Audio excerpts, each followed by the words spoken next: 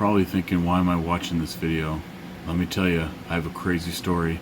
Someone put a huge effort into killing me. It's a miracle I can sit here and tell you about it. I used to bounce at a strip club in southeast Portland, Club Mystic on 99th and Stark. On Fridays and Saturdays there's two bouncers. One started at 5 p.m. and the other started at 8 p.m. On January 11th, 2014, which was a Saturday, I was the bouncer started at 5. A little bit before the other bouncer, John Bear, was supposed to start, there's a line of people coming in. I denied entry to a guy who decided that him coming in was so much more important and that he had a problem with people coming in front of him, that he was talking shit to him the whole time, so I didn't let him in. Come to find out, this person that was so very nice to everyone else was a homeless drug addict, which in Portland is something you can find on almost every street corner. He went out to the car that he lived in, grabbed a 9mm and put on a mask, because apparently he was there to meet a dealer for whatever drug is that he needed. He came back, opened the door, and shot me in the head. I turned my head and another round went off, bouncer dropped, and so me and the other DJ that was working on shift, we just ducked.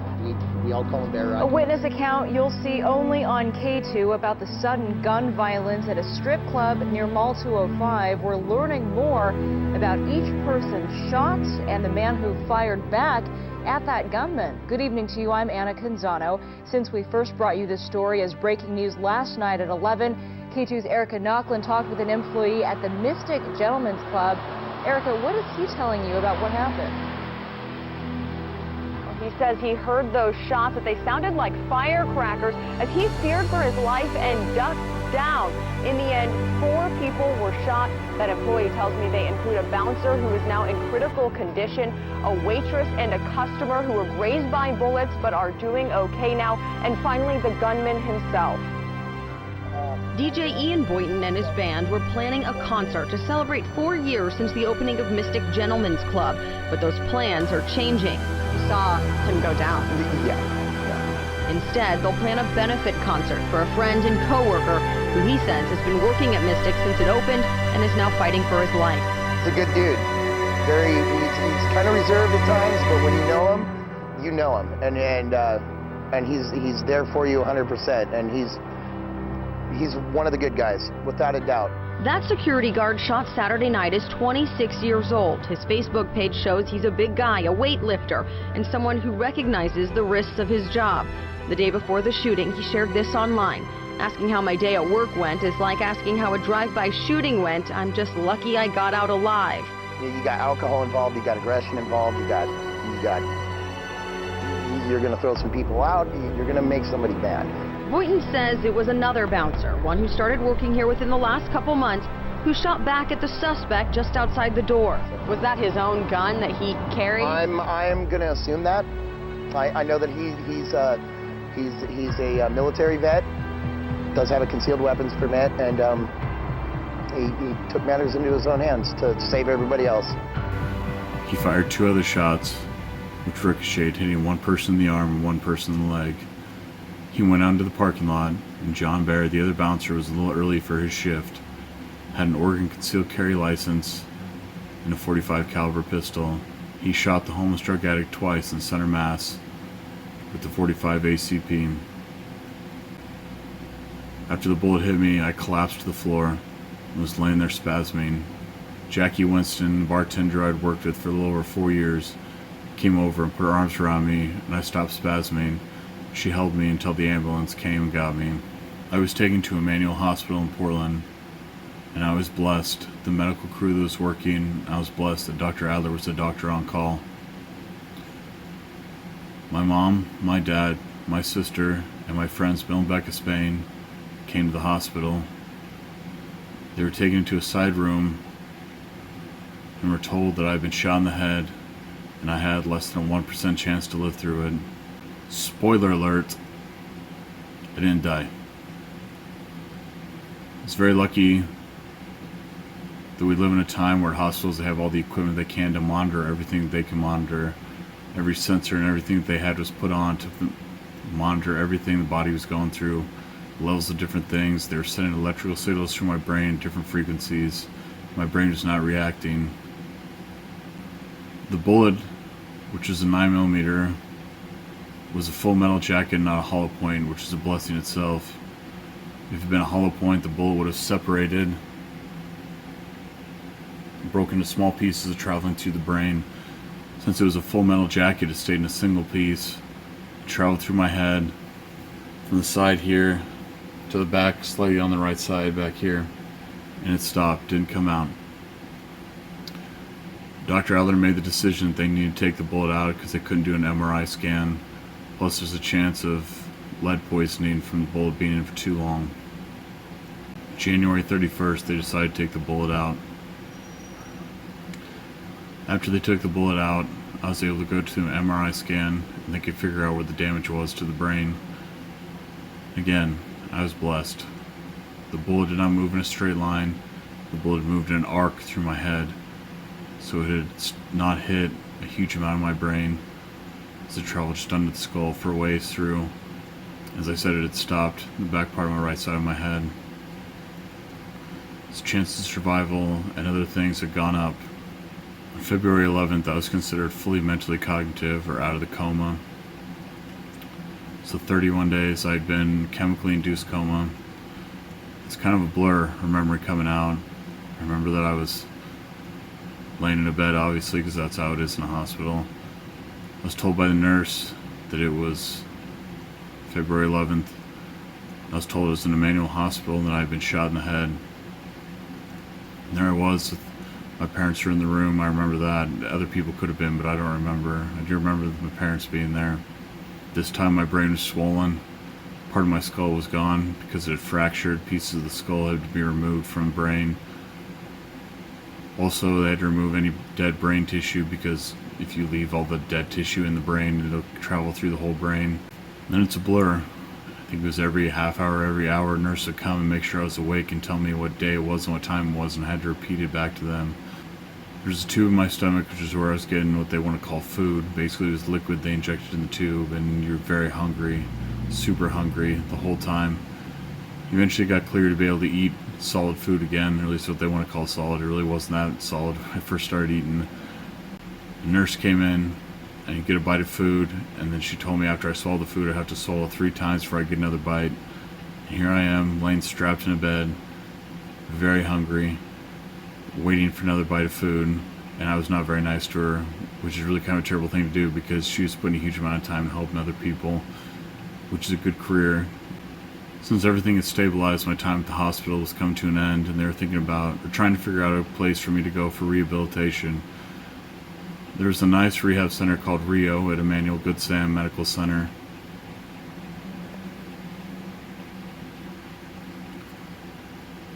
However, I was denied entry to Rio. My mother was trying to figure out where I was going to go for rehabilitation.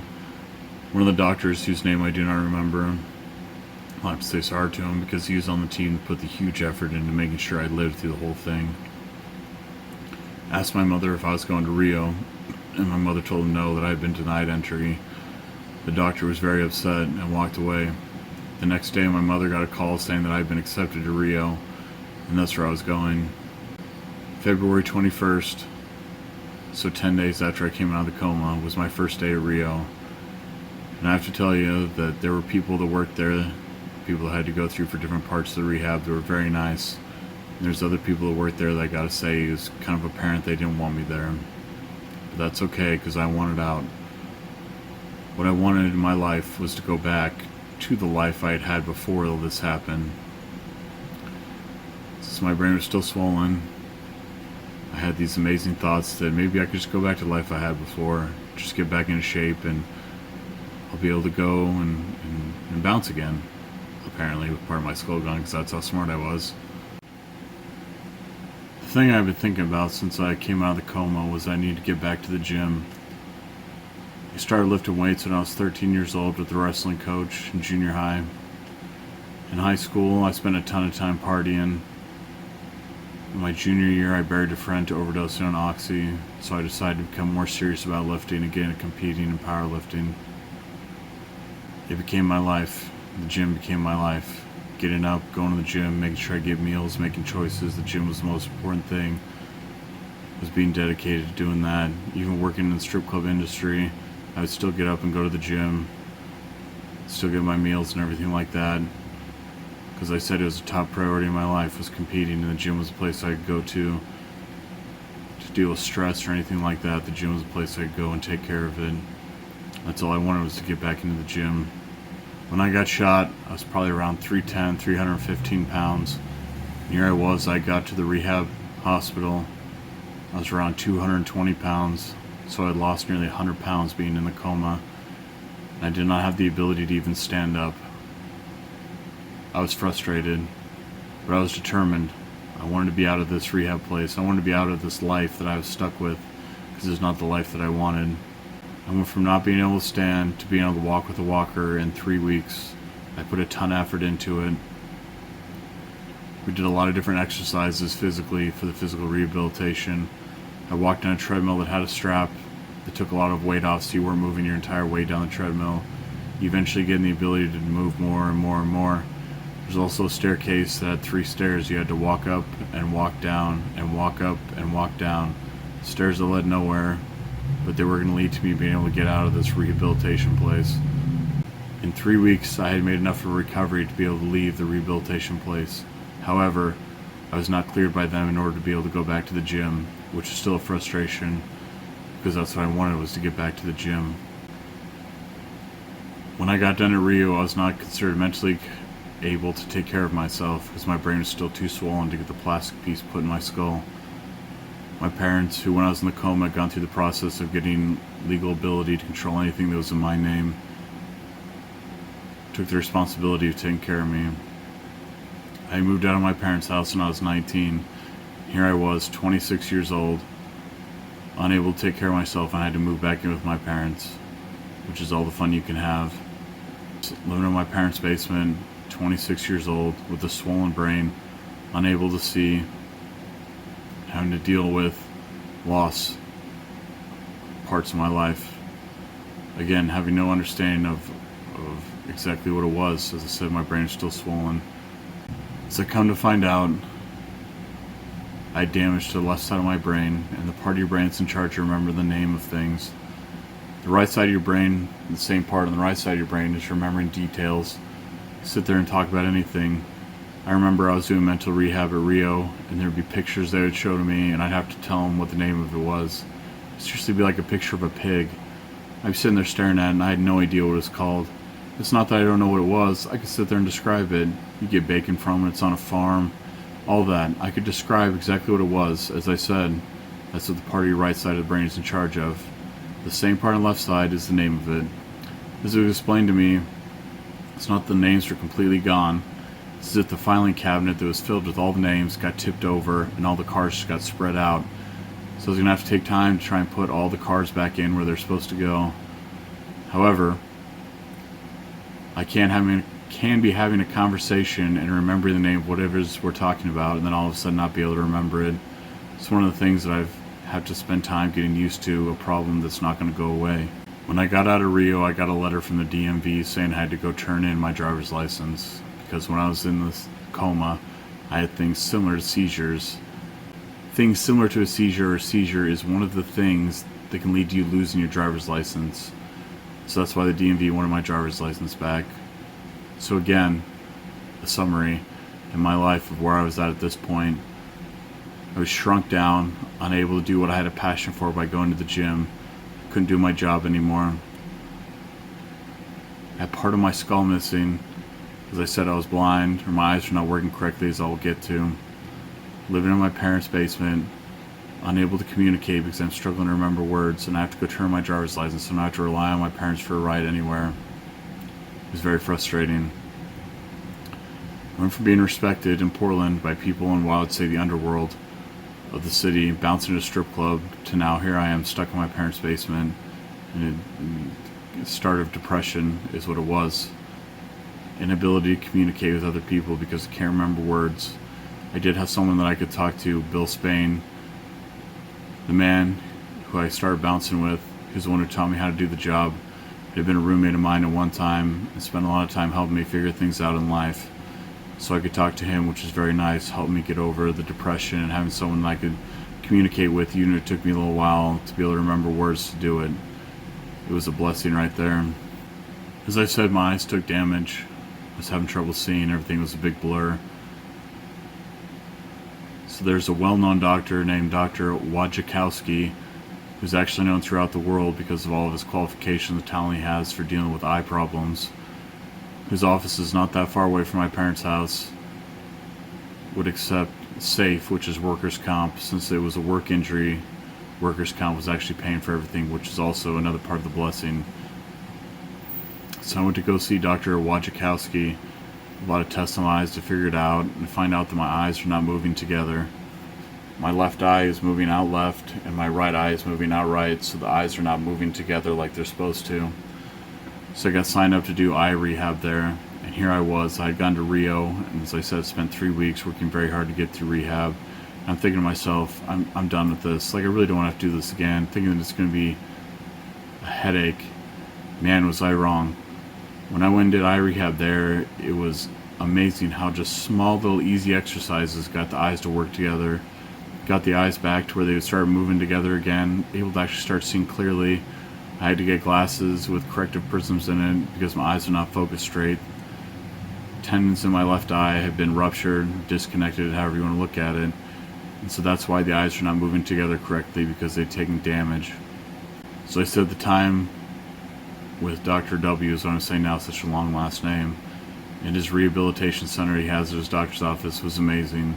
People that worked there were absolutely awesome, put the huge effort into helping you out. And it was seriously just small, easy exercises that got the eyes to move together again. To the point where I didn't need as heavy of a prescription in order to get my eyes to focus and all that.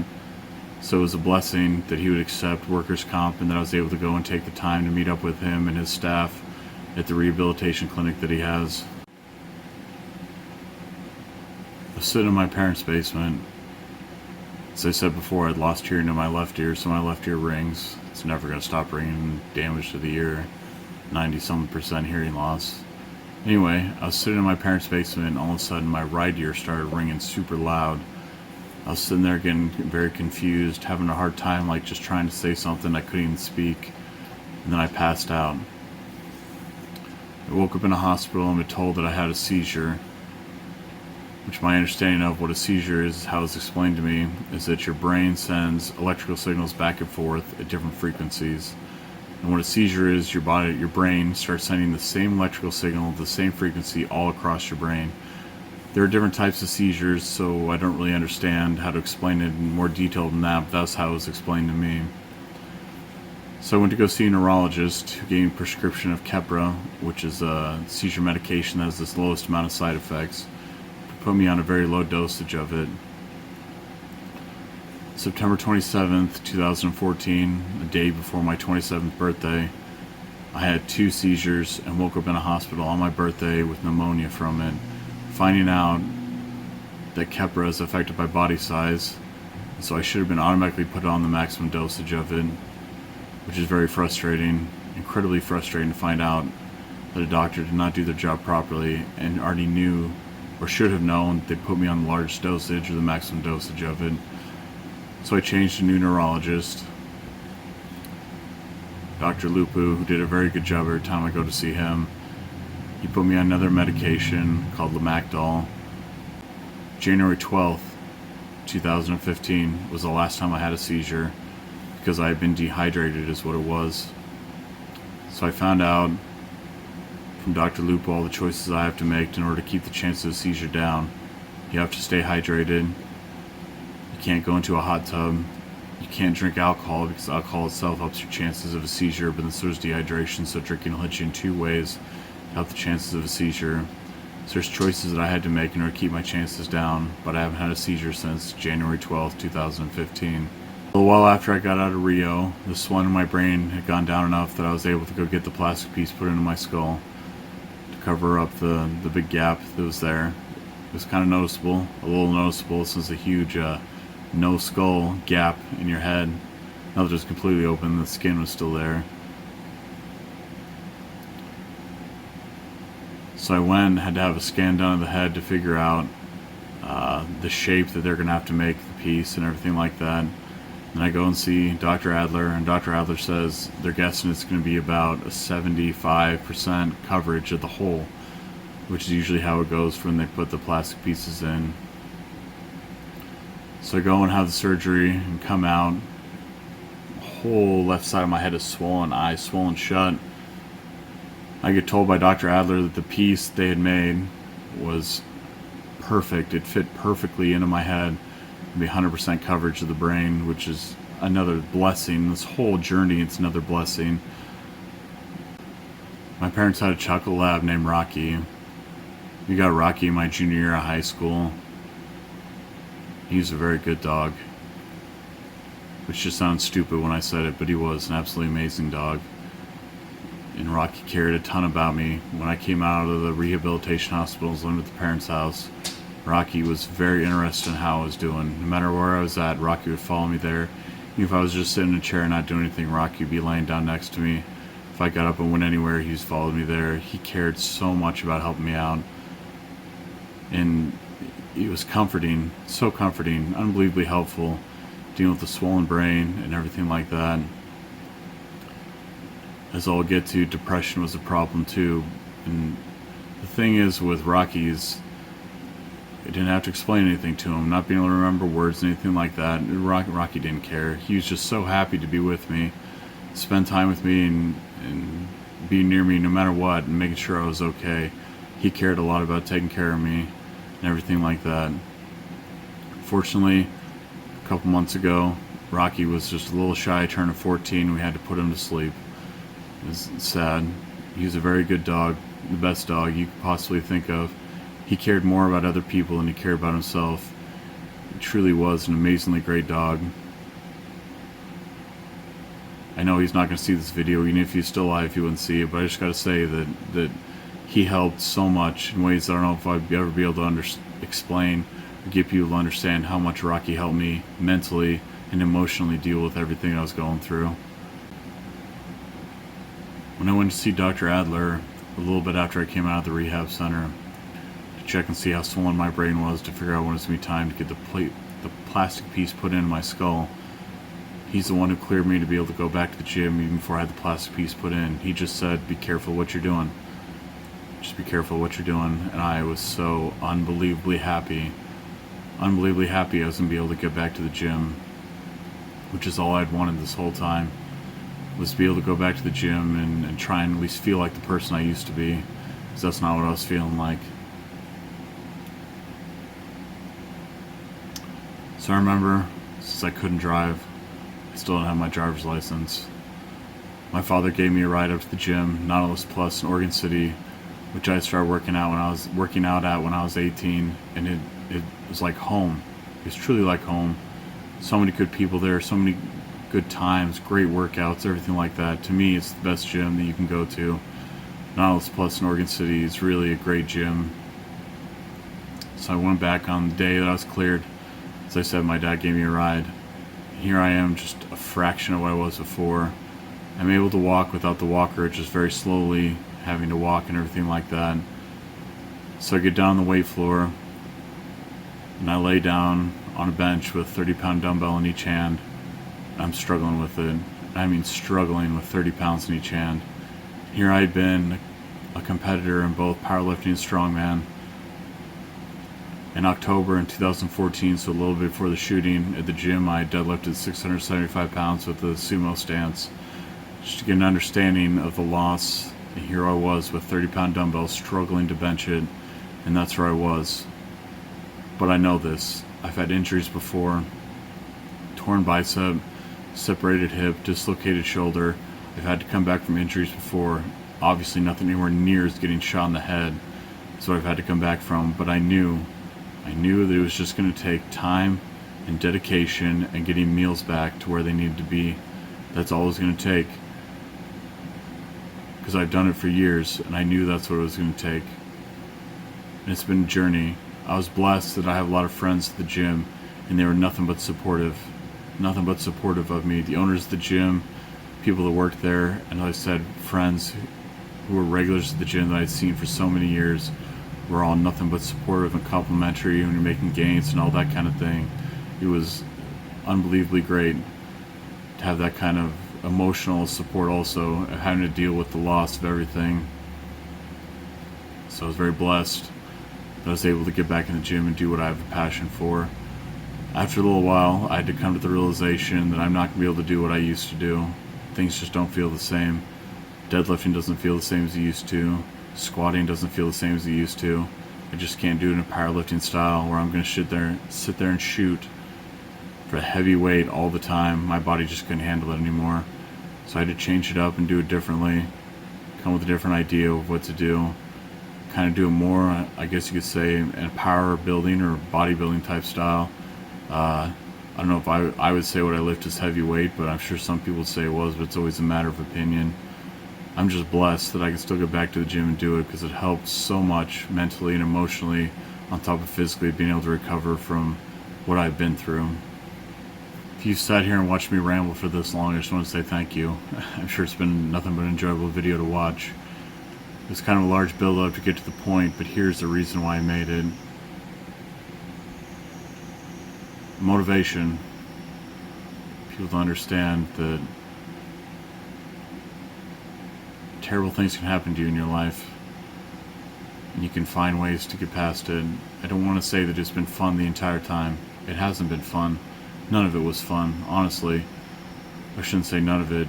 Time at the hospital, time in rehab, everything like that was not fun. It's not fun having to sit there and have a conversation with somebody and all of a sudden being unable to remember a word. It's very frustrating and irritating, and it's depressing. Depression is something I've fought since I was young. It's something I've had to deal with for my entire life. The thing of it is that as I was going through this, eventually I just stopped talking to people. I lived with my parents and everything like that, but it's hard to start talking to people about any problem you're having mentally or anything like that, emotionally, having to deal with it, because there's people that I was surrounded by at that time. It was judgment, nothing but continual judgment, telling you you should be happy you didn't die, you should be happy you didn't die, or you don't do that anymore, you don't do that anymore, continually shoveled into my face, which was not helping at all. The thing is, I started talking to the Lord. I truly believe that Jesus Christ died for our sins, and I truly believe that God has a plan for me. He has to. He has to be the reason why I lived through this, and not only did I live, I was unbelievably blessed with the ability to still do the things that I can still do. Going to the gym, being able to just sit here and talk and tell you my story is a blessing that I still have the ability to do that, and God gave it to me, and I have no idea why. But I talk to Him and Jesus every day, multiple times a day, because I make mistakes and I get frustrated, and I know that I do wrong, and I'll have to ask God and Jesus for forgiveness, and I have to ask Him for reasons and motivation and anything like that, because He blessed me with the ability, as I said, just to being able to go back to the gym is a miracle. That I'm able to go back to the gym and do what I can still do is a miracle that I'm able to do that. And the biggest thing is that a miracle that I'm still alive, that I'm able to sit here and live on my own, because I moved out of my parents' house and I got the opportunity to. I can live on my own and I can take care of myself. I can cook myself food. I can get a shower. I can brush my teeth. All of this, if you understand, having a bullet go through my head is a blessing that I still have the ability to do these things. What I'm trying to do by making this video and telling my story is to help people find motivation. There are things in life, if you go through something traumatic, whether it be mentally or physically or emotionally traumatic, you have to find peace in your life. It's been such a battle, as I said, because there's people at a time that I was surrounded by that were not helping. There were people that were helping, very much so helping me deal with emotionally and mentally the problems that I was having. So you have to stop talking to those that aren't helping you. You have to. You have to get away from them. You're sitting there trying to figure out, questioning, why are you still alive? What was the point of me still being alive? What was the point? I guess it doesn't really matter. Eventually I'll figure it out, or eventually I'll find it. Maybe the whole point of it was for me to sit here and make this video to help people find inspiration and find a way to deal with problems that they have. To me, the thing that I have such a passion for, that I'm happy I can do, is still go to the gym. It helps physically, it helps mentally, and it helps emotionally, being able to get past problems that you have. As I said, where I work out in Nautilus, Oregon City, there's a ton of people there that are friends of mine. I get to see, we can crack jokes and have a good time when I'm there. And it's amazing how much better you feel. Even if you don't feel good, You wake up and you're like, man, I really don't feel like going to the gym. You gotta go. You gotta go and do it, because you're gonna feel better. I guarantee you're gonna feel better when you get done. But I said, if it's not the gym that you want to go to, you have to find something positive, a positive hobby that you get passion from, that makes you happy, something that you enjoy doing. And you have to surround yourself by people that are going to be positive to help you out. I'm not a kid anymore. I'm not a guy in his 20s trying to prove that he's a man by bouncing to a strip club, trying to prove that I'm tough and I'm the motherfucker and I'm number one. I don't have to do that anymore. I don't have to. I got shot in the head and I didn't die. I don't need to sit here and prove that I'm tough anymore. I really don't need to. I don't need to go anywhere. I just spend time at home and at the gym and with friends. That's what I do. Positive place to spend time, because you got to get away from everything negative. You have to get away from it, especially if you've been through something traumatic like I was gone through. Depression has been a huge part of it. A huge part has been depression and trying to deal with that, trying to get past. As I said, talking to God has helped so much in dealing with it. Eventually you'll start finding peace and you'll start feeling more comfort inside. And all you really have to do is just be nice to people. Thank you, pardon me, how are you doing today? That's all you have to do. You start doing small things positive and you'll see that your life will change. Small things, that's all it's about. Find a relationship with the Lord and try and be nice to people. I don't have to be an asshole anymore. It's what I used to do for a living. Throw people out every day for doing something wrong. That's what I did for a living. As I sat here and rambled some more for you, I guess what I'm really just trying to say is that there's a reason for you being alive. I don't know what it is, so don't ask me the questions. You have to build a relationship with the Lord and He will help you. You will find peace in your life, but what you have to do is start surrounding yourself by positive. That's what you have to do. I'm not the first person to ever say that. I'm sure you hear it from thousands of people who say it, but it's true. Surround yourself by anything positive you possibly can. If going somewhere keeps causing you a problem, then stop going there. You don't need to. I'm in my 30s now, and I don't need to go to clubs. I don't need to anymore. I have no desire to. I'm going to go to bed, and I'm going to get up, and I'm going to go to the gym. That's what I'm going to do. I'd rather sit at home and watch a movie. That's what I'd rather do. I don't need to go to big social events, because I'm not big into socializing. But I've found peace and happiness in my life after everything that I've been through. It's a blessing, an unbelievable blessing, that I even have the ability to sit here and talk to you. If you've sat here and watched my entire video, I want to say thank you. Thank you so much for sitting here watching my video. It has been a journey that I've probably not done a very good job even giving a summary of to you. But I made it. I made it here. I made it to this point where I can sit here and tell you my story. I want you to find motivation. As I said, just talk to the Lord. There's a plan for you. You just have to find it and surround yourself by anything positive you possibly can. Thank you very much for watching my video, and God bless.